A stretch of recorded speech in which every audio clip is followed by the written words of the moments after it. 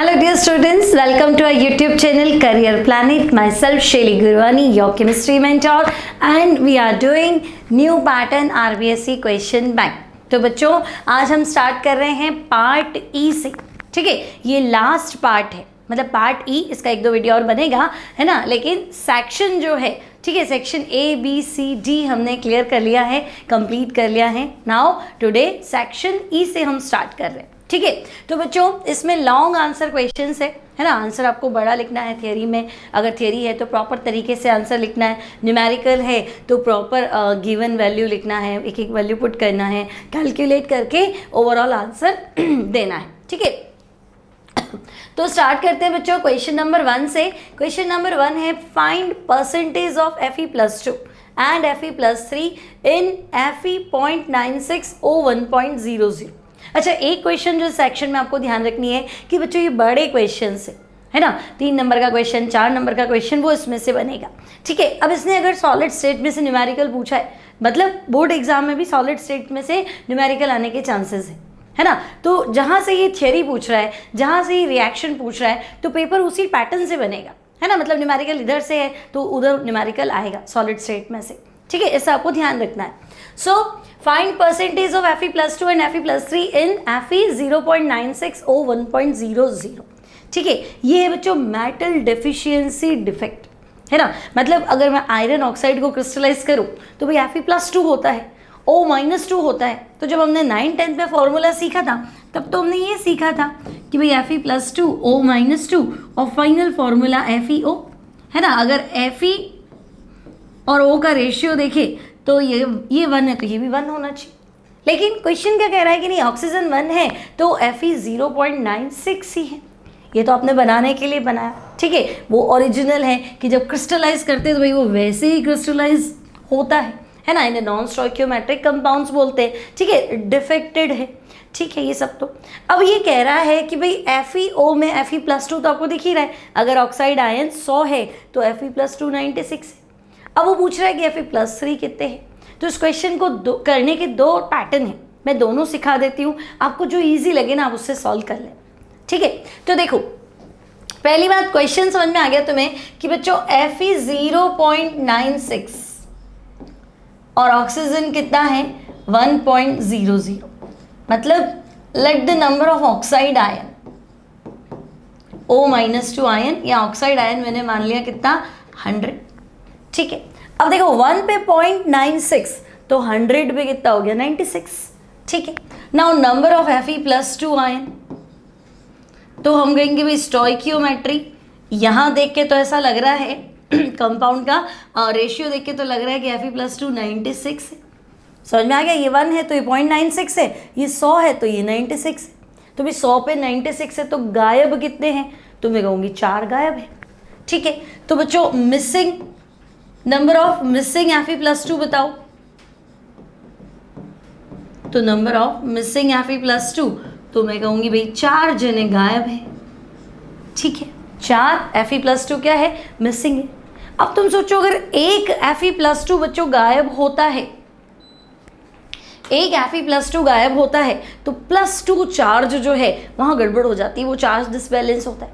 भाई आपने तो आराम से कह दिया 100 है 96 है, तो O-2 कब बनेगा, जब Fe लूज करेगा। तो Fe तो है ही नहीं, 100 पे 96, 4 Fe+2 गायब है ना। तो एक Fe+2 का चार्ज है 2, तो 4 Fe+2 का चार्ज कितना हुआ 8। समझे ना मेरी बात भाई, एक Fe+2 तो बच्चों इसका चार्ज पकड़ो कितना है, तो मैं कह रही हूँ +2। तो Fe+2 अगर तुम्हारे पास 4 है तो चार्ज कितना हुआ, तो मैं कहूँगी 4 से मल्टीप्लाई कर। तो अगर एक Fe+2 गायब है तो +2 चार्ज मिसिंग है, तो 4 Fe+2 गायब है तो मैं कहूँगी +8 चार्ज मिसिंग है ना। तो मिसिंग चार्ज कितना है, अब बच्चों चार्ज मिसिंग तो मैं कहूँगी मिसिंग चार्ज है +8, ठीक, समझ में आ रहा है यहाँ तक, है ना। अब हुआ क्या, तो भाई Fe+2 तो गायब हो गया, है ही नहीं। चार्ज तो ओवरऑल न्यूट्रल रखना था, तो चार्ज को बैलेंस करने के लिए Fe+2 Fe+3 में कन्वर्ट हो जाता है ना। भाई बहुत सारे Fe है ना, आपके पास 4 गायब है, बाकी 96 तो है, ठीक है। तो जैसे मान लो एक Fe+2 गायब हो गया, ठीक है, ये क्रिस्टल है Fe+2 O-2, फिर Fe+2 O-2, ठीक है। ये अब मैं कह रही हूँ भाई ये Fe+2 गायब हो गया तो इसकी जगह तो खाली होगी, लेकिन चार्ज तो बैलेंस होना चाहिए, ओवरऑल क्रिस्टल तो न्यूट्रल होना चाहिए। तो बच्चों इस चार्ज को बैलेंस करने के लिए ये क्या करेगा, ये अपनी वैलेंसी बढ़ा देगा, ये भी अपनी वैलेंसी बढ़ा देगा। तो +2 से कितना हो गया +3। तो भाई एक जना गायब हुआ तो 2 चार्ज में गड़बड़ आई, है ना, +2 में गड़बड़ आई तो 2 Fe+2 क्या करेंगे, अपना चार्ज को Fe+3 में कन्वर्ट कर देंगे, अपनी वैलेंसी बढ़ा देंगे, ठीक है। अब मुझे टोटल चार्ज देखना है तो +8 मिसिंग है, तो होगा क्या, तो मैं कहूँगी देखो 8 Fe+2 किस में कन्वर्ट हो जाएंगे, 8 Fe+3 में। क्यों, क्योंकि +2 से +3 आने में चार्ज कितना बढ़ता है, 1। ओवरऑल चार्ज कितना सेट करना है, 8। तो 8 Fe+2 8 Fe+3 में कन्वर्ट हो जाएंगे ताकि चार्ज क्या हो जाए, बैलेंस हो जाए। समझ में आ गया। एक Fe+2 गायब हुआ था तो 2 जनों को परेशानी हुई थी, 2 ने अपना चार्ज बढ़ाया, तो तुम्हारे पास तो 4 Fe+2 गायब है तो 8 जने अपना चार्ज बढ़ाएंगे, या ओवरऑल चार्ज में कितना सेट करना है, 8 का, तो 8 Fe+2 8 Fe+3 में कन्वर्ट हो जाएंगे, ठीक है। Now number of Fe+2 ion बता दो, तो हम कहेंगे Fe+2 शुरू में तो हमें दिख रहा था, शुरू में कितना दिख रहा था, तो हम कहेंगे 96 है। अब 96 में भी 8 तो गायब हो गए बच्चों, तो 96 - 8 कितना आएगा, 88 आ जाएगा। तो Fe+2 हो गए 88। अब परसेंटेज निकाल दो, तो परसेंटेज ऑफ Fe+2, तो हम कहेंगे फॉर्मूला तो कह रहा है 96 है पर ओवरऑल कितना है 88, तो बच्चों 88/96 × 100, और परसेंटेज ऑफ Fe+3 निकाल दो, तो हम कहेंगे Fe+3 बने कितने, 8 बने थे ना, तो 8/96 × 100, ठीक है। ओवरऑल तो 96 है ना, डिफेक्टेड क्रिस्टल है, 100 पे आयरन है ही 96, ठीक है। तो अब इसको सॉल्व कर लो भाई, 88/96, तो यहाँ आ गया 91.6, 91.6, ठीक है। तो अब ये 91.6 है तो ये कितना हो जाएगा, 8.4 कर दूं क्या इसको, 8.4%। क्लियर, समझ में आ गया, यहाँ तक तो कोई दिक्कत नहीं है, ठीक है। चलो अब ये तो हुआ पहला पैटर्न। अब मान लो तुम्हें लग रहा है कि नहीं इसमें मुझे बहुत सोचना पड़ता है, हालांकि करना कुछ नहीं था। देखो ऑक्साइड आयन अगर 100 है तो Fe+2 कितने हैं, 96, 4 Fe+2 गायब है, तो 4 Fe+2 गायब है मतलब चार्ज कितना गायब है, 8, तो 8 Fe+2 8 Fe+3 में कन्वर्ट हो जाएंगे, क्योंकि एक Fe+2 एक Fe+3 में कन्वर्ट होता है तो एक चार्ज बैलेंस होता है ना, एक चार्ज बढ़ता है, तो 8 जने गायब है, 8 की कमी पूरी करनी है तो 8 जने कन्वर्ट हो जाएंगे, तो 96 तो थे 8 कन्वर्ट हो गए। अब देख लो, ठीक है। अब अगर ऐसे नहीं करना है तो ऐसे भी कर सकते हो, देखो क्या लिखोगे, तो मान लो मैं लिख देती हूँ let the number of Fe+2 equals to x। भाई Fe 96 है ना, Fe+2 Fe+3 मिला के 96 है, तो Fe+2 मैंने मान लिया x। Now number of Fe+3, तो मैं कहूँगी भाई टोटल तो 96 था, तो Fe+3 कितना हो जाएगा, 96 - x। यहाँ तक कोई दिक्कत नहीं। अब ओवरऑल क्रिस्टल न्यूट्रल है, तो मैं कहूँगी भाई जितना पॉजिटिव चार्ज है, total positive charge equals to क्या होना चाहिए, तो इक्वल्स टू होना चाहिए टोटल नेगेटिव चार्ज, क्योंकि ओवरऑल क्रिस्टल क्या है, न्यूट्रल है, तो भाई जितना प्लस उतना माइनस, ठीक है। अब पॉजिटिव चार्ज कितना है, तो मैं कहूँगी Fe+2, एक Fe का चार्ज कितना है, Fe+2 में चार्ज कितना है 2, ठीक है। तो और Fe+3 का कितना है 3, टोटल बताओ, तो एक Fe+2 का चार्ज 2 है, एक Fe+3 का चार्ज 3 है, ओवरऑल बताओ, तो मैं कहूँगी देखो Fe+2 मेरे पास x है, तो टोटल चार्ज कितना हो गया, तो मैं कहूँगी 2x। बात समझे ना, एक Fe+2 का चार्ज कितना है, +2। अब अगर इनकी संख्या x है तो इधर भी तो x से मल्टीप्लाई करना पड़ेगा, तो 2x, ठीक है। नाउ Fe+3 इसका चार्ज कितना है, तो भाई इसका चार्ज 3 है। अब ये कुल कितने Fe+3, तो भाई ये लोग हैं 96 माइनस एक्स, तो इधर भी क्या करूँगी 96 माइनस एक्स से मल्टीप्लाई कर लो बस।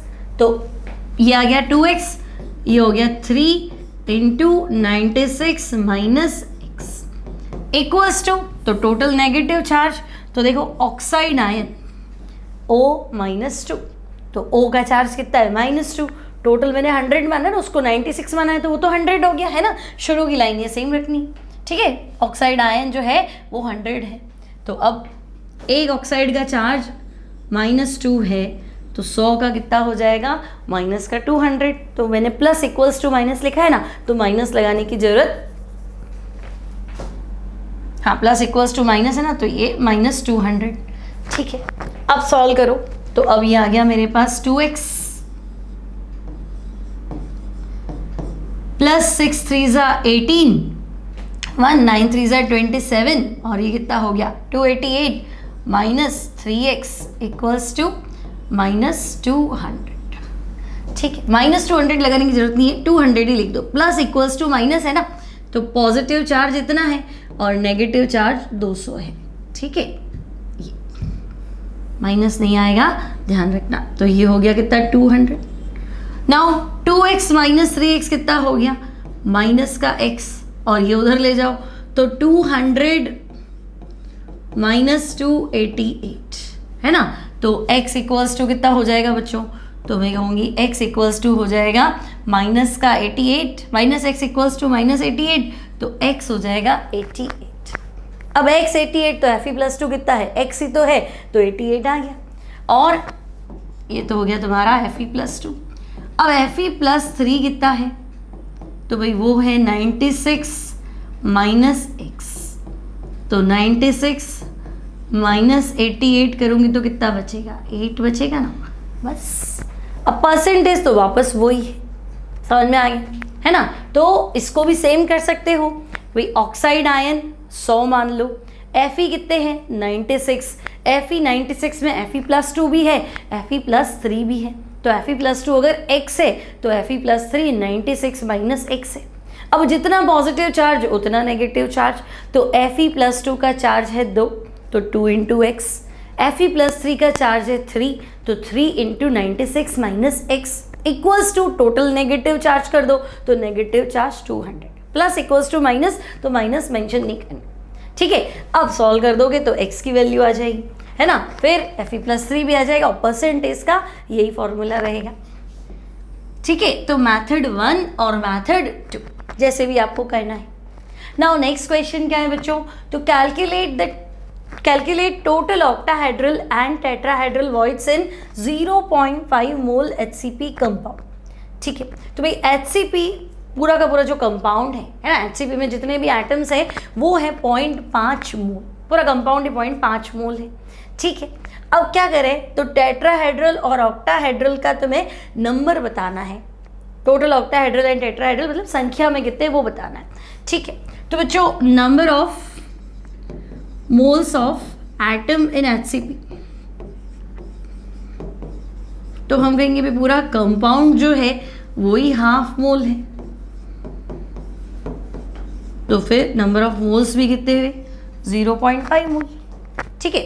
अब इतना तो क्लियर है ना कि भाई 1 मोल जो है यहाँ लिखूं, 1 मोल जो है वो होता है एवोगैड्रो नंबर 6.02 इंटू 10⁻23, 1 मोल में इतने एटम्स होते हैं, ठीक है। तो number of atoms in HCP, तो number of atoms in HCP, तो हम कहेंगे वो तो हाफ मोल है, और हाफ मोल मतलब 0.5 इंटू 6.02 इंटू 10⁻23, ठीक है। इतने हो गए एटम्स, ओके। तो 1 मोल में इतने होते हैं, तो आधे मोल में आधे कर देंगे। अब ऑक्टाहेड्रल वॉइड कितने हैं, तो बच्चों CCP लैटिस में या HCP लैटिस में जितने एटम होते उतने के उतने ऑक्टाहेड्रल वॉइड होते, तो नंबर ऑफ ऑक्टाहेड्रल वॉइड, तो मैं कहूँगी जितने आपने एटम देखे उतने ही ऑक्टाहेड्रल वॉइड है, तो वो हो गया 0.5 into 6.02 into 10⁻23, so this will be 3.01 into 10 to the power 23, ये हो जाएंगे ऑक्टाहेड्रल वॉइड। ठीक है, अब टेट्राहेड्रल कितने, तो बच्चों नंबर ऑफ टेट्राहेड्रल वॉइड्स, तो क्यूब में सीसीपी लैटिस के अंदर जितने एटम होते हैं उतने के उतने ऑक्टाहेड्रल वॉइड होते हैं, टेट्राहेड्रल उसके डबल होते हैं, है ना। ये सीधा हमें ध्यान रखना है कि let the number of ions in CCP lattice equals to x, तो number of octahedral void x, number of tetrahedral void 2x, तो सीधा कर लो।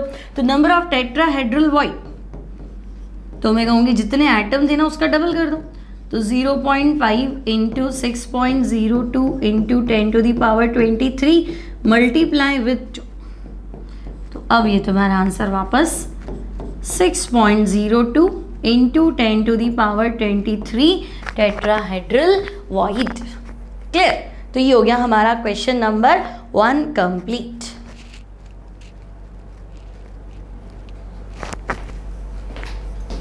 क्लियर, चलो आगे चलते हैं फटाफट नेक्स्ट क्वेश्चन में। अब देखो यहाँ पे भी न्यूमेरिकल है और सॉलिड स्टेट में से ही है। ठीक है, calculate volume of BCC structure if radius of its component is 100 picometer. ठीक है, अब देखो बीसीसी में पार्टिकल कहाँ टच करते हैं, तो बॉडी डायगोनल। अब बॉडी डायगोनल समझे, जिस रूम में तुम बैठे हो ना उसके एक कॉर्नर, छत के एक कॉर्नर से फर्श के फ्लोर के ऑपोजिट कॉर्नर तक जाओ डायगोनली, छत के, है ना, जहाँ बैठे हो उसके छत का एक कोना, है ना, और उसका ऑपोजिट डायगोनल पे क्या दूसरा कॉर्नर। ठीक है, यहाँ जो है यहाँ आपको मिलेंगे 3 पार्टिकल, एक कॉर्नर का, एक बॉडी सेंटर का और एक कॉर्नर का। तो कॉर्नर का आधा रूम में आएगा, आधा तो दूसरी जगह बैठेगा, बॉडी सेंटर पूरा यहाँ आएगा और फिर कॉर्नर आधा इधर आएगा, आधा दूसरे क्यूब में जाएगा। तो हम कहेंगे हाँ रेडियस जो मिलेगी वो हमें मिलेगी 4, बीच वाले की तो पूरी मिलेगी ना, तो 4r, और क्यूब का बॉडी डायगोनल होता है √3a। ठीक है, तो हम कहेंगे भाई इन बीसीसी लैटिस, यहाँ लिख देती हूँ मैं इन बीसीसी लैटिस, ये चीज़ हमें ऑलरेडी क्लियर होनी चाहिए, है ना। तो बच्चों बीसीसी लैटिस में √3a बॉडी डायगोनल की वैल्यू होती है 4r। ठीक है, अब आपको क्या गिवन है ना, आप एग्जाम में लिख देना भाई गिवन वैल्यू क्या है, तो गिवन है रेडियस इक्वल्स टू 100 पिकोमीटर। ठीक है भाई, तो √3a इक्वल्स टू 4r, तो a equals to 4r upon √3, तो 4 इंटू 100 अपॉन √3। ठीक है, अब ये पिकोमीटर में है तो ये भी पिकोमीटर में हो जाएगा। ओके, अब क्या करें, तो अब आपसे पूछा है वॉल्यूम निकालो, तो वॉल्यूम ऑफ क्यूब, तो क्यूब कोई भी हो, वॉल्यूम क्या रहेगा क्यूब का, तो हम कहेंगे वॉल्यूम ऑफ क्यूब होता है a क्यूब। नाउ a की वैल्यू कितनी है, तो हमारे पास है 400 डिवाइडेड बाय √3 का क्यूब कर दो।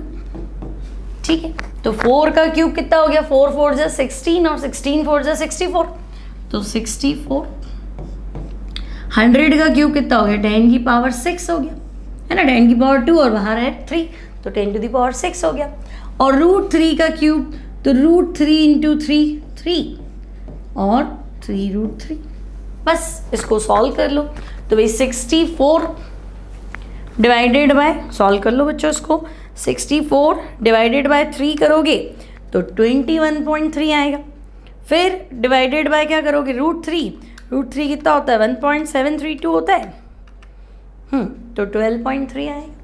तो 12.3 इंटू, चेक कर लेना calculation, 12.3 into 10 to the power 6 picometer cube लिख दूँ, जैसे सेंटीमीटर क्यूब होता है, मीटर क्यूब होता है, वैसे हमने तो सारा पिकोमीटर में कैलकुलेट किया तो पिकोमीटर क्यूब हो जाएगा।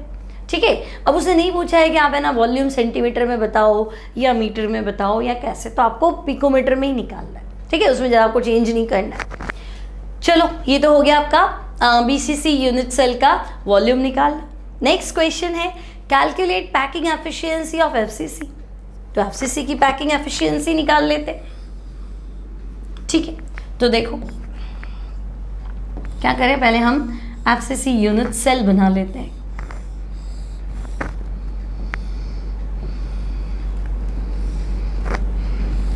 ठीक है, अब एफसीसी यूनिट सेल में पार्टिकल्स कहाँ प्लेस होते हैं?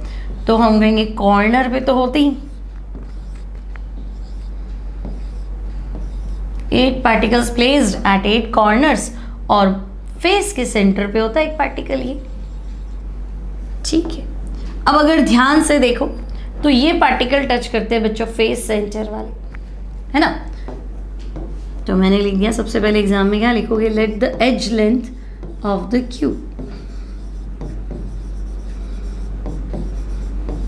एज लेंथ ऑफ क्यूब, तो वो हो गया ए, ठीक है। तो भाई ये एज लेंथ यानी ये वाली डिस्टेंस जो है ना ये ए है, और ये वाली डिस्टेंस भी क्या है, ए है, ठीक है। तो ट्राइंगल बना लेते हैं, ट्राइंगल ए बी और सी। तो in right angle triangle A B C, अब देखो ए सी निकालना है, तो ए सी इक्वल्स टू, तो तुम कहोगे भाई ए बी स्क्वायर प्लस क्या हो जाएगा, बी सी स्क्वायर, ठीक है। तो बच्चों ये रहा ए बी, है ना, ये आपका फेस ही तो है, ठीक है। मुझे ये वैल्यू निकालनी है तो तुम ऐसे सीख लो, भाई ये मैंने मान लिया ए, ये है सी और ये है बी, तो बच्चों ये ए है, ये ए है, तो ये √2a सोचना ही है, ठीक है। तो ए सी इक्वल्स टू, तो मैं कहूँगी ए बी की वैल्यू ए है, बी सी की वैल्यू ए है, यानी √2a, ठीक है। अब यहाँ देखो ये पार्टिकल है ना, ये अब इसमें मैंने दूर दूर बनाया, लेकिन ये एक्चुअली एक दूसरे को टच करते हैं, ये ऐसा होता है ना, ये आधा पार्टिकल अंदर आधा बाहर, ये ऐसे होता है। तो बच्चों ये एक रेडियस हो गई, ये 2 रेडियस हो गई, और ये एक रेडियस हो गई, और ये ओवरऑल जो डिस्टेंस है ये √2a हो गई, ठीक है। तो भाई ये मैंने क्या लिख दिया, √3a की जगह √2a लिखना है। तो बच्चों √2a इक्वल्स टू, तो हम कहेंगे 4r, तो a इक्वल्स टू, तो हम कहेंगे 4r by √2, this is equation 1, okay. तो हमारे पास क्या आ गया, तो हम कहेंगे हमारे पास a की वैल्यू आ गई। क्यूब का वॉल्यूम तो यही रहेगा ना, कि वॉल्यूम ऑफ द क्यूब क्या होता है, a क्यूब, ठीक है। तो मैं लिख देती हूँ वॉल्यूम ऑफ क्यूब, तो वॉल्यूम ऑफ क्यूब होता है a क्यूब। अब a इक्वल्स टू हमारे पास ऑलरेडी है, कितना है, 4r बाय √2, ठीक है। तो a इक्वल्स टू है 4r बाय √2, इक्वेशन 2, ठीक है। तो ये तो पहले ही लिखा हुआ ही है ना, तो टाइम वेस्ट नहीं करते हुए सीधा उसमें लिख दूं, तो फ्रॉम इक्वेशन 1 and 2, बात समझ में आ रही है ना भाई। एफसीसी में फेस सेंटर है ना, फेस सेंटर कॉर्नर टच करता है, तो ये मैंने बना दी, एक मैंने फेस उठाई है ये वाली, ठीक है। तो ये ए है, ये है, ये √2 है, और यहाँ टोटल देखो 4 रेडियस मिलेगी, पार्टिकल 3 मिलेंगे, तो √2a इक्वल्स टू 4r, तो a आ गया 4r by √2।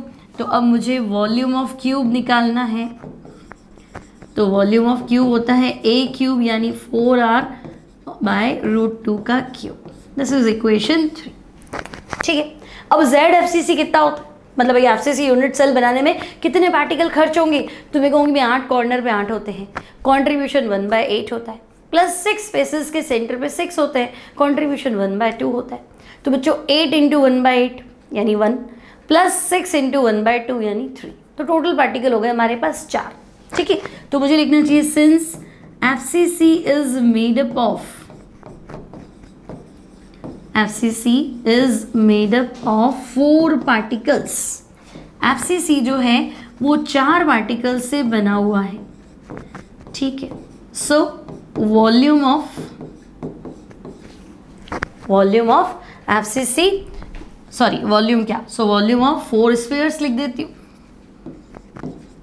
Volume of 4 spheres, ठीक है। तो भाई एक स्फीयर का वॉल्यूम होता है 4/3 πr³, तो 4 का क्या हो जाएगा, तो हम 4 से मल्टीप्लाई कर लो, 4 × 4/3 πr³, ठीक है। अब पैकिंग एफिशिएंसी निकालो, तो बच्चों पैकिंग एफिशिएंसी का फॉर्मूला क्या है, तो पैकिंग एफिशिएंसी का फॉर्मूला है, भाई मान लो कि पूरा आपके पास एक रूम है और रूम में सामान है, और मैं कहूँ बताओ कितना % एरिया जो है या कितना % वॉल्यूम जो है रूम का वो पैक है, तो तुम कहोगे भाई सामान का वॉल्यूम अपॉन रूम का वॉल्यूम × 100, तो सामान मतलब एफसीसी में कितने स्फीयर हैं, 4, तो 4 स्फीयर का वॉल्यूम, तो 4 × 4/3 पाई आर क्यूब अपॉन क्यूब का वॉल्यूम, तो एफसीसी क्यूब का वॉल्यूम कितना है 4r अपॉन रूट 2 का क्यूब, तो 4r का क्यूब कितना हो गया 64r क्यूब, ठीक है, और ये आ जाएगा 2 रूट 2 मल्टीप्लाई विद 100, ठीक है। नाउ आर क्यूब कैंसिल कर दो और बाकी सॉल्व नहीं करना है एग्जाम में, सीधा आंसर लिखना है। तो एफसीसी की पैकिंग एफिशिएंसी कितनी होती है तो हम सबको पता है 74%, ठीक है। तो आपको पैकिंग एफिशिएंसी लिखनी है बच्चों 74%, सॉल्व नहीं करना बैठना उधर, है ना, इतना टाइम ही नहीं होगा आपके पास, ठीक है। तो ये हो गया हमारा question number 2। Now find out osmotic pressure of 5% weight by weight at 300 Kelvin, ठीक है। तो देखो 5% weight by weight, 5% weight by weight है ना, एक बार चेक कर लूँ मैं क्वेश्चन, नहीं भाई weight by weight नहीं है, 5% weight by वॉल्यूम है, ठीक है। हिंदी में सही दिया हुआ है, हिंदी में बाहर आयतन लिखा है, मतलब वेट बाय वॉल्यूम है। तो बच्चों 5% वेट बाय वॉल्यूम मींस, तो देखो 5% मतलब टोटल हिस्सा परसेंट यानी कि 100 है, तो हमारा हिस्सा 5 है। टोटल हिस्सा क्या है तो वो कह रहा है वेट बाय वॉल्यूम, तो टोटल वॉल्यूम है कितना 100 ml, तो वेट कितना है 5 ग्राम, ऊपर ग्राम लिखोगे तो नीचे ml लिखोगे बस। तो 5% वेट बाय वॉल्यूम मीन्स क्या हो जाएगा, तो मीन्स हो जाएगा कि वेट ऑफ सॉल्यूट कितना है, तो हम कहेंगे 5 ग्राम, और वॉल्यूम कितना है, वॉल्यूम ऑफ सॉल्यूशन, तो हम कहेंगे 100 ml, ठीक है। अब लीटर में कन्वर्ट कर दो तो 100 ml मतलब 1000 से डिवाइड कर दो तो 0.1 लीटर, सही है ना। 100 ml को 1000 से डिवाइड करोगे तो 0.1 लीटर, अब 0.1 लीटर मुझे चाहिए, देखो लीटर में चाहिए, है ना। और टेम्परेचर कितना है, तो हम कहेंगे टेम्परेचर दे रखा है 300 kelvin, okay, temperature is given 300 kelvin, ठीक है। अभी क्या करना, ऑस्मोटिक प्रेशर का फॉर्मूला लगा दो सीधा। तो ऑस्मोटिक प्रेशर का फॉर्मूला था pi equals to WRT upon MB, ठीक है। तो W वेट ऑफ सॉल्यूट है, R क्या है, तो भाई R गैस कांस्टेंट है, एग्जामिनर दे देगा आपको 0.0821 ATM into litre mole inverse kelvin inverse, ठीक है। अब क्या चाहिए, R हो गया, T दिया हुआ है, M मोलर मास है ना, तो मोलर मास तो नहीं है, करना क्या है, मोलर मास के बिना तो क्वेश्चन होगा नहीं। तो find osmotic pressure of urea है बच्चों, 5% वेट बाय वॉल्यूम यूरिया, ठीक है। अब तो कर ही लेंगे। तो यूरिया का फॉर्मूला क्या है, तो यूरिया का फॉर्मूला है NH2CO NH2।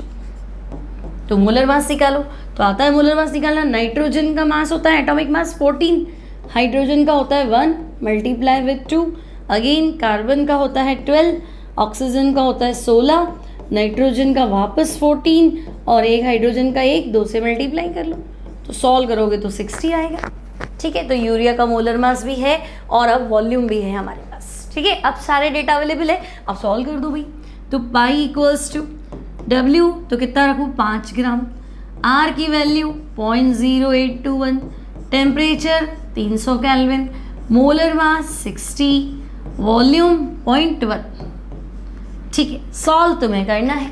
अब एक खास बात ध्यान रख लो भाई, 0.0821 सॉल्व करोगे तो थोड़ा लेंदी हो जाएगा, तो 0.0821 को 1/12 लिख दो, लिखते टाइम एग्जाम में ये लिख देना, कैलकुलेशन तो तुम खुद करोगे ना, तो 0.0821 की जगह क्या लिख देना 1/12, है ना। तो आराम से 12 लिखोगे तो 300/12 तो कैंसिल भी हो जाएंगी, वैल्यू ईजी आ जाएगी, ठीक है। अब इसको सॉल्व कर लो फटाफट। देखें बच्चों, मैं पहले सॉल्व करती हूँ कि तुम करते हो।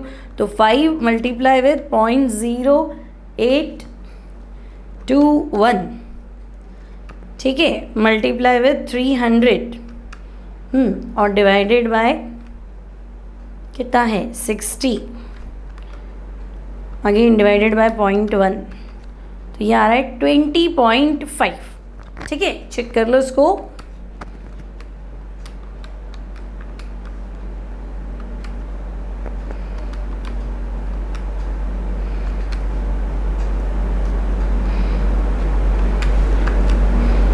हाँ भाई 20.525 ऑस्मोटिक प्रेशर, तो 20.525। अब देखो R की वैल्यू ATM में है तो ऑस्मोटिक प्रेशर सीधा ATM में लिखना है। R गिवन होगा, आपको इतना टेंशन नहीं लेना है कि R भी याद करना है, R gas constant value given होगी, ठीक है।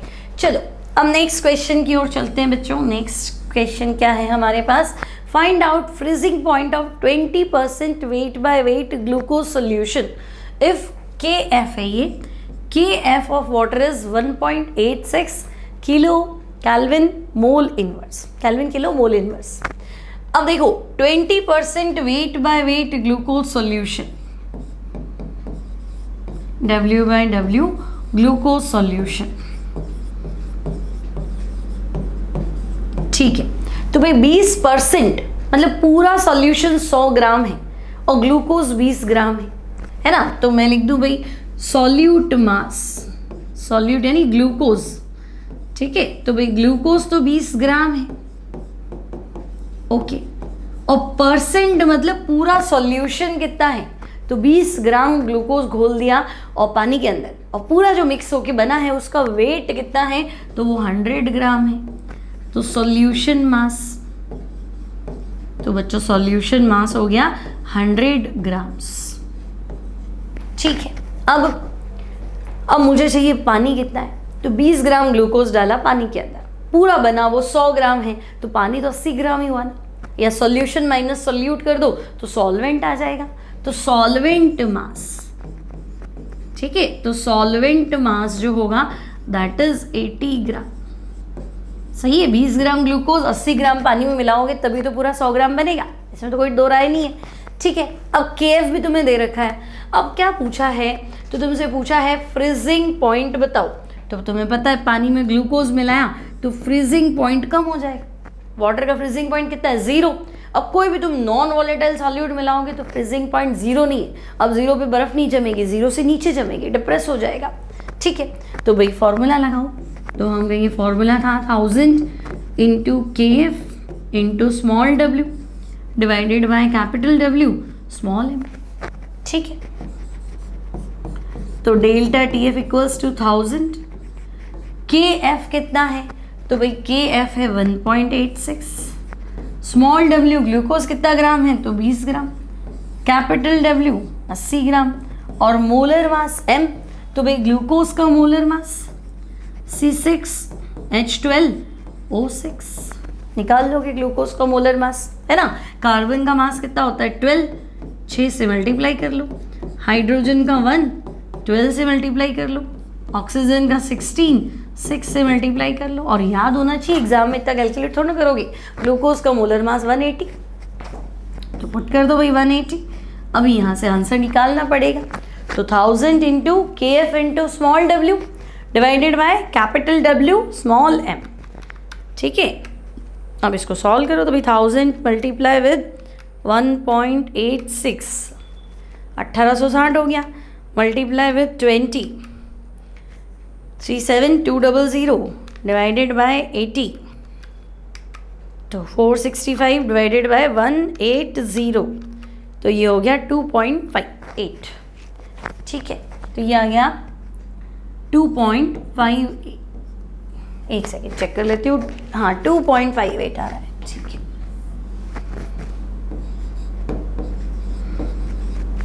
ठीक है, फ्रीजिंग पॉइंट डिप्रेशन केल्विन लिख दो, यहाँ केल्विन ही लिखा है। अब देखो फ्रीजिंग पॉइंट जो डिप्रेस होगा ना, है ना, फ्रीजिंग पॉइंट में जो कमी आएगी वो कमी आएगी 2.58। अब चाहे डिग्री सेंटीग्रेड लिखो चाहे केल्विन लिखो, उसमें परेशान नहीं होना है, ठीक है। अभी मैंने यहाँ केल्विन लिख दिया तो तुम्हें लगे कि भाई केल्विन लिखा है, सेंटीग्रेड लिख दो, ये डिफरेंस है, डिफरेंस, तो कमी जो आएगी ना वो इतनी आएगी, ठीक है। अब केल्विन लिख सकते हो क्योंकि यहाँ के दिया हुआ है इसलिए, तो उसमें कोई फर्क नहीं पड़ना है।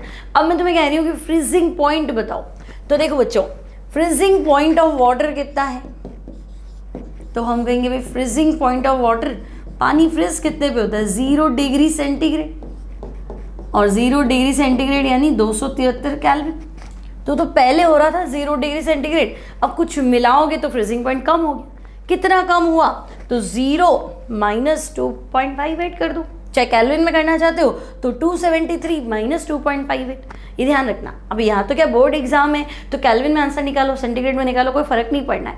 लेकिन कंपटीशन में मान लो ऑप्शन जो है वो सेंटीग्रेड में हो और तुम देखो कि भाई ये तो मेरा कैल्विन आया, फिर इसको कन्वर्ट करो, तो ये चेंज है।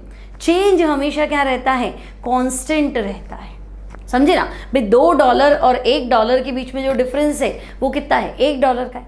तो $1 की वैल्यू रुपए में उतनी ही रहेगी ना, समझे मेरी बात। तो $2 को रुपए में कन्वर्ट करो, $1 को रुपए में कन्वर्ट करो और डिफरेंस निकालो, तो डिफरेंस तो सेम आएगा ना, $1 के बराबर यानी रुपए के बराबर, ऐसे।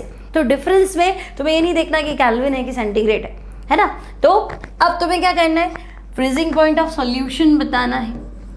तो फ्रीजिंग पॉइंट ऑफ सॉल्यूशन बता दो, ठीक है। तो तुम या तो 273 माइनस 2.58 कर दो या 0 माइनस 2.58 कर दो, उससे कोई फर्क नहीं पड़ेगा। सो मैंने ले लिया मान लो 273 माइनस 2.58, ठीक है। तो दो तो वैसे ही कम हो गए, तो ये कितना हो गया 270.42, ठीक है।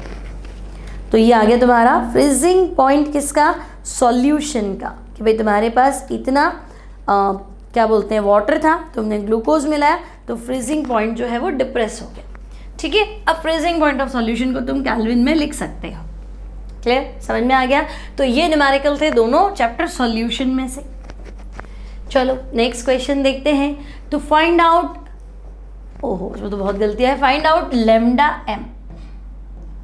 Lambda infinity m of acetic acid if lambda infinity m sodium acetate HCl and NaCl is 91 426, ये साइमन है यहाँ से, ठीक है, to 125 Simon centimetre square mole inverse respectively. तो ये क्वेश्चन आ चुका है बच्चों पहले भी। तो तुम्हें क्या करना है, एसिटिक एसिड का lambda infinity m molar conductance of acetic acid तुम्हें फाइंड करना है, ठीक है। चैप्टर इलेक्ट्रोकेमिस्ट्री है बच्चों। अब तुम्हें दिया हुआ है सोडियम एसीटेट HCl और NaCl की molar conductance eight infinite dilution. तो बच्चों लैम्डा इन्फिनिटी सोडियम एसीटेट कितना है, तो मैं कहूँगी lambda infinity acetate minus plus lambda infinity Na plus, ठीक है, इक्वल्स टू कितनी वैल्यू है, तो स्टार्टिंग वैल्यू कितनी है 91, ये हो गया equation 1, Simon centimetre square mole inverse.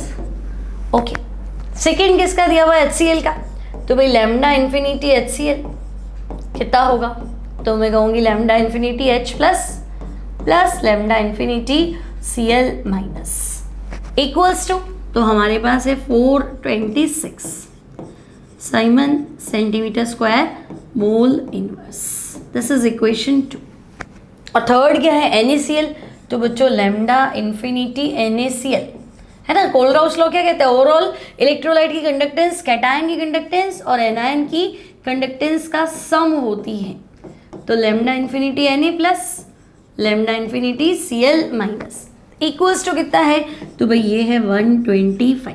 Unit लिख दोगे, चलो लिख देते हैं Simon centimetre square mole inverse. This is equation 3।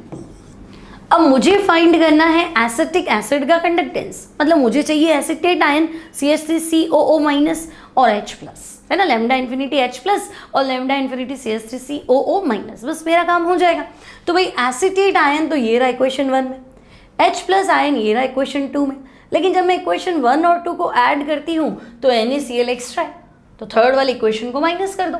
तो अब करोगे क्या, तो पहले कर चुके, ज़्यादा टाइम नहीं दे रही उसको। तो equation 1 plus equation 2 minus equation 3, तो भाई इक्वेशन 1 और 2 को ऐड करोगे तो लैम्डा इन्फिनिटी एसिटेट माइनस और लैम्डा इन्फिनिटी H प्लस, ठीक है, Na प्लस और Cl माइनस प्लस में और फिर माइनस में तो कैंसिल हो जाएगा। और वैल्यूज़ क्या है, तो वैल्यूज़ है 91 प्लस 426 माइनस 125, तो ये वैल्यू तो हो गई लैम्डा इन्फिनिटी एसिटिक एसिड। अब सॉल्व तुम कर लो उसको, 91 और 426 को ऐड करो, तो भाई 91 प्लस 426 ये तो आया 517, माइनस तुम्हें करना है 125, ये आ गया 392। ठीक है, तो 392 यूनिट होगी siemens centimetre square mole inverse. ठीक है, तो ये आ गया आपके पास molar conductance of acetic acid at infinite dilution. ठीक है, चलो नेक्स्ट क्वेश्चन भी इलेक्ट्रोकेमिस्ट्री में से है। Find out electrode potential of zinc electrode at 10⁻⁻2 molar concentration है ये, मोलर कंसंट्रेशन इफ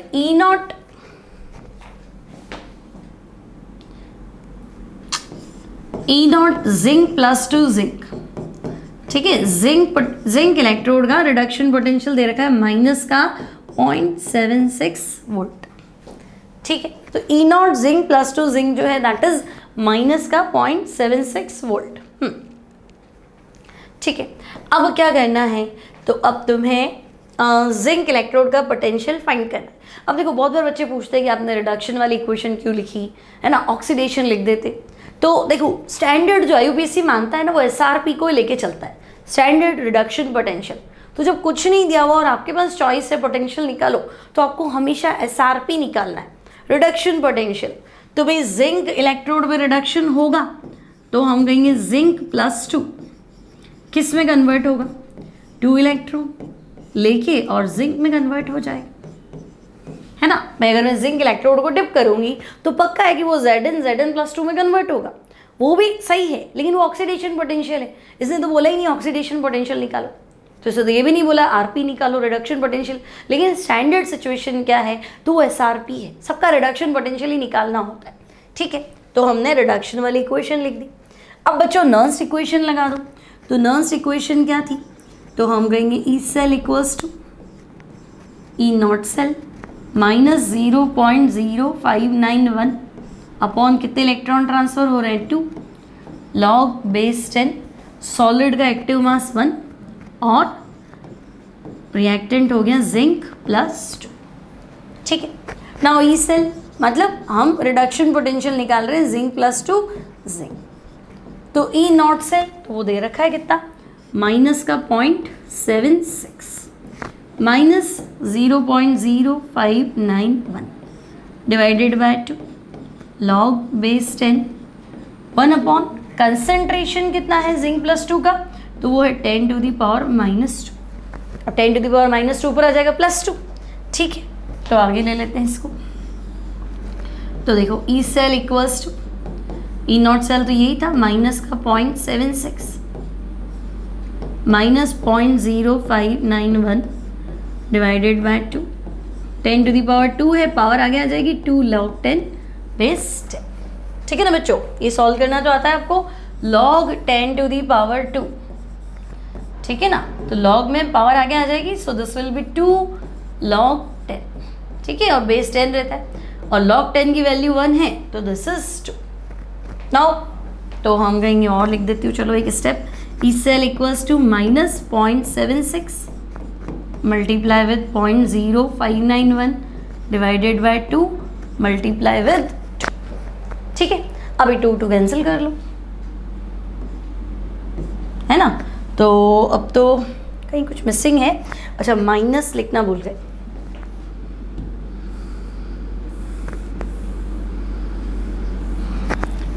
माइनस का 0.76 माइनस 0.0591 ये 2। ठीक है, अब ये 2 चलो अभी कैंसिल मत करो, उसको लिख देती हूँ मैं 2 log 10।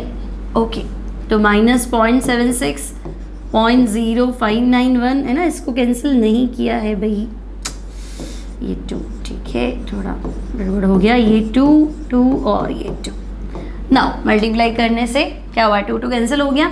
Now E cell equals to minus का 0.76 माइनस 0.0591, अभी माइनस कॉमन ले लो तो 0.76 प्लस 0.0591।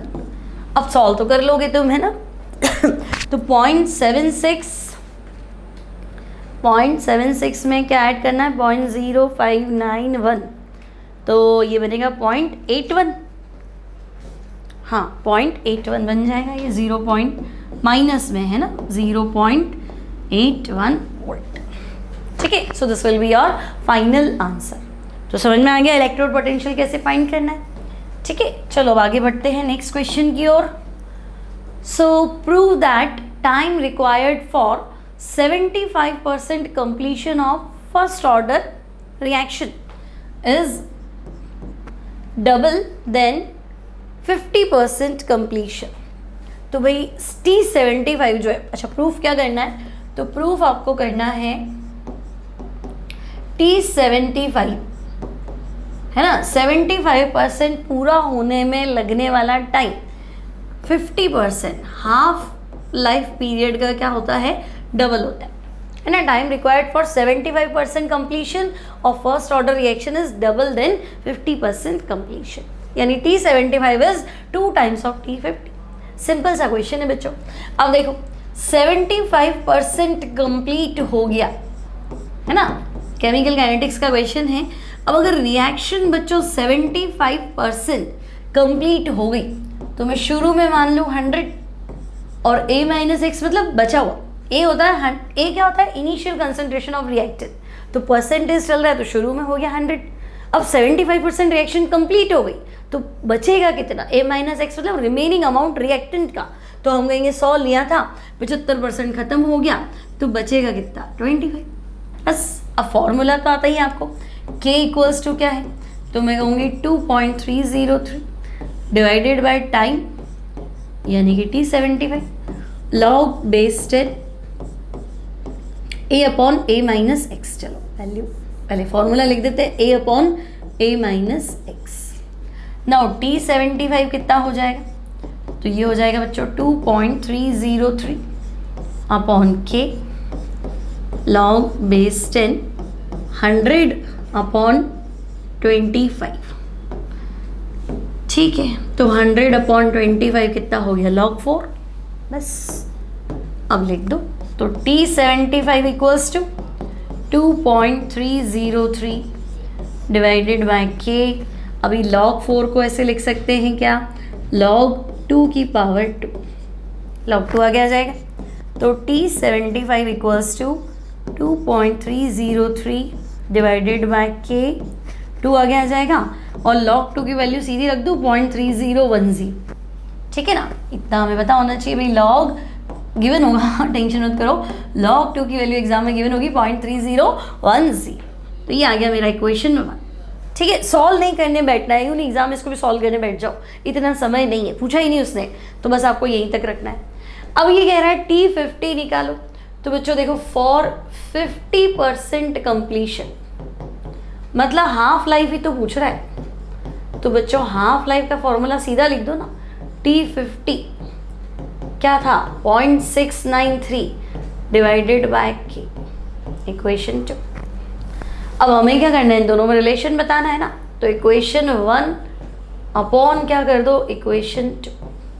ठीक है, अब इक्वेशन 1 क्या है, तो इक्वेशन 1 है T75, इक्वेशन 2 क्या है T50। अभी T75 कितना है देखो, तो मैं कहूँगी 2.303 multiply with 2 multiply with 0.3010 upon K। T50 कितना है, तो 0.693। अब ये और ध्यान रखना कि भाई 0.693 को मैं ऐसे लिख सकती हूँ 0.3010 मल्टीप्लाई विथ 2.30।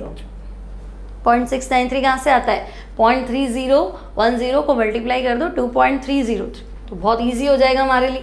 तो देखो 2.303 मल्टीप्लाई विथ 0.3010 अपॉन K।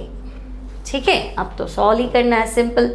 तो पहली इक्वेशन है ना, ये कट जाएगा और दूसरी और चौथी कट जाएगी, तो बचेगा जो बचेगा 2। ठीक है, यानी क्या बचा, तो हमारे पास बचा T75 upon T50 equals to 2, यानी T75 जो है वो T50 का 2 टाइम्स है। ठीक है, तो यही तो प्रूफ करना था, T75 equals to 2 times of T50। ठीक है, चलो अब नेक्स्ट क्वेश्चन, सिंपल था बच्चों, ज़्यादा दिमाग नहीं लगाना था, बिल्कुल सिंपल क्वेश्चन था। नाउ नेक्स्ट क्वेश्चन क्या है, तो नेक्स्ट क्वेश्चन है calculate the time for 60% completion if k equals to 2.303 second inverse. अब 60% कंप्लीट हो जाए, है ना। अब देखो k की यूनिट है सेकेंड इनवर्स, तो पहले तो ध्यान रखना फर्स्ट ऑर्डर की बात चल रही, फर्स्ट ऑर्डर रिएक्शन है क्योंकि k की वैल्यू किसमें, सेकेंड इनवर्स, ठीक है। नहीं तो बच्चे परेशान होंगे, ये फर्स्ट ऑर्डर है, जीरो ऑर्डर है, सेकेंड ऑर्डर, ठीक है। तो यूनिट से आइडेंटिफाई करेंगे, है ना। तो देखो अब for a first order reaction, ठीक है, 60% कंप्लीशन की बात करो तो बच्चों 60% कंप्लीशन, तो 60% रिएक्शन कंप्लीट हो गई, तो शुरू में कितना 100 मान लूँ, तो मैंने लिख दिया भाई a इक्वल्स टू 100, ठीक है। अब 60% कंप्लीट हो गया तो बचा कितना, तो मैं कहूँगी अगर 60% खत्म हो गया तो बचा कितना 40, तो ये इनिशियल और ये रिमेनिंग, ठीक है। टाइम निकालना है तो पहले फॉर्मूला पुट करो, तो k equals to 2.303 upon time log base 10 a upon a minus x. Now t find करना है, t 60, तो t 60 इक्वल्स टू 2.303, k की वैल्यू तो वापस 2.303, ठीक है। लॉग बेस 10, a कितना है 100 और a माइनस एक्स कितना है 40, ठीक है। तो t 60 की जो वैल्यू है that is log 100 upon log 40, यानी लॉग 10 माइनस लॉग 4, ठीक है। तो बच्चों लॉग a अपॉन b क्या होता है, log a minus log b, तो लॉग 10 माइनस लॉग 4, ठीक है। तो t 60, तो लॉग 10 तो होता है 1 और लॉग 4 क्या होता है, लॉग 2 का स्क्वायर, अभी पढ़ा था, नहीं पढ़ा था ना हमने, है ना। लॉग 4 क्या होता है, लॉग 2 का स्क्वायर, पावर आगे आ जाएगी, ठीक है। या मैं ऐसे लिख दूँ लॉग 2 की power 2, so t 60 equals to 1 minus 2 आगे ले लो, और लॉग 2 की वैल्यू तो पता ही है ना 0.3010, तो t 60 इक्वल्स टू 1 माइनस 0.6020, तो ये कितना आ जाएगा 0.3880 आ जाएगा, 40 और 60, ठीक है। 0.3880 सेकेंड्स लगेंगे क्योंकि यूनिट जो है वो सेकेंड में दी हुई थी, है ना। तो t 60 हो जाएगा तुम्हारा 0.3880 सेकेंड, ठीक है। तो बच्चों आज की क्लास में इतना ही, है ना। न्यूमेरिकल थोड़े लेंदी थे तो थोड़ा टाइम लग गया, है ना। आपको समझाना होता है, एग्जाम में आपको थोड़ा प्रैक्टिस करके जाना है, कैलकुलेशन थोड़ी फास्ट रखनी है, ठीक है। तो मिलेंगे नेक्स्ट लेक्चर में, पार्ट ई में हमने क्वेश्चन कर लिए 1 to 5, मिलेंगे नेक्स्ट लेक्चर में। Till then take care, good bye.